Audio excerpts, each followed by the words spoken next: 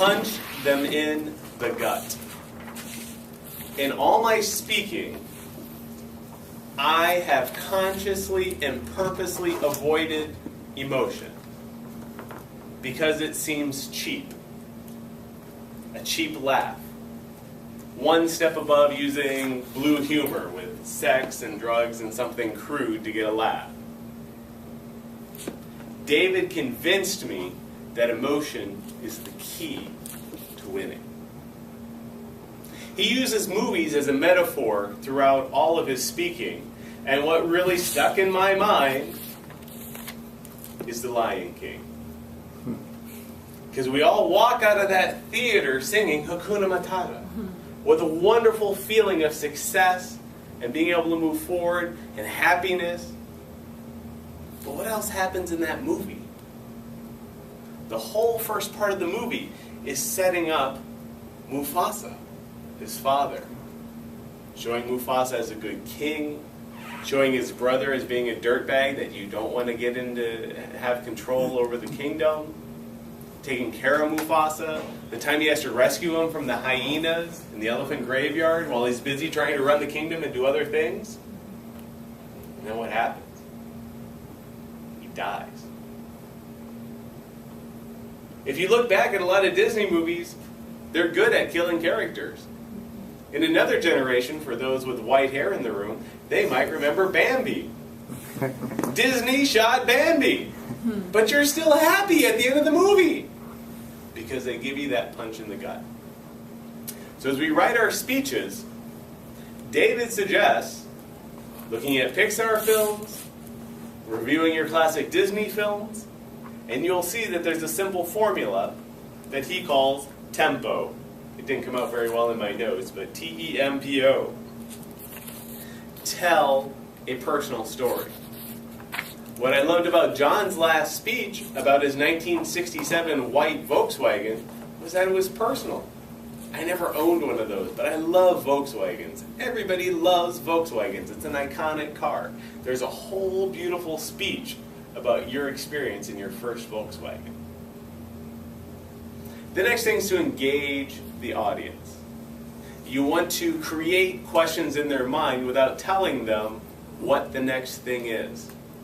And if you look at a lot of movie scripts and David Henderson's speech, The Aviators, if you've seen it, is that you don't start in the beginning.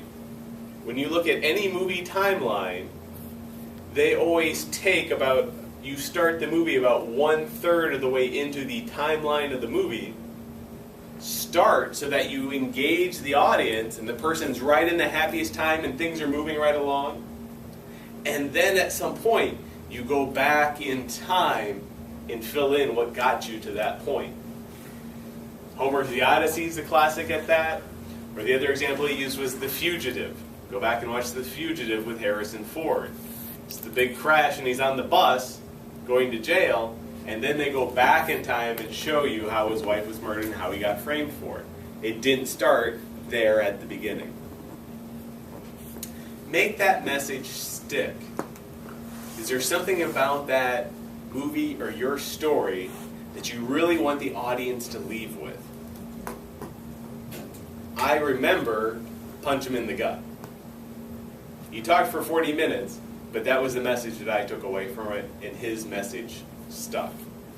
I actually texted him on Facebook. He hasn't responded yet, but he's got to, because as he was making that point, he was also talking about how technology, and you have to race and compete to push yourself so that you can bring new technology and skills home. That's why I compete in Toastmasters, and that's why we have auto racing. And so he talked about the Honda race car versus the Honda Accord and the VTEC engine, and that if you really race a VTEC engine to about 5,000 or 6,000 RPMs, you get a huge boost of power that came from their racing and came to their Honda. So it's going to write him back and say, your message really stuck. As soon as I left the conference, I opened the hood and checked the engine to see if I had the VTEC engine in my Honda Accord. But what's going to stick? And then in the end, you got to punch him in the gut. David gave 3 speeches at the conference, and he was crying during each speech. And I don't mean crying, and I don't mean like little pause, like, it was tough. I mean, you could visibly see the tears from the 5th row coming down his cheek and getting ready to fall off his chin. He felt the emotion in his speech. His contest-winning speech is about a little girl dying of sickle cell anemia. His preliminary or final speech was about being a child and giving hope to his grandmother who was dying of cancer in a hospital where his mother was a nurse and couldn't face going in there to see her. And the way he set that up in a very simple way was extremely moving. And then finally you have to open your audience up. What are they going to take out of it? It's not about you. We use our experiences to give us credibility, but a lot of speakers get up there and say, I, and you should do this, and you should do that. Just think of every time you check Facebook and somebody says, you should change your profile picture to a picture of you and your mother to show how much you love your mother for Mother's Day.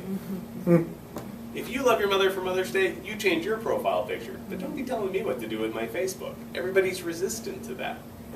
But when you can open them up and say, look at this beautiful picture that I posted of me and my mother, and why, other people will start to copy that because they're opened up to it. So in the end, with the tempo, that's his formula for telling a good speech. The other great thing about David is that he was brutally honest. He didn't hire a speech coach. He did it all himself. He's a trial lawyer.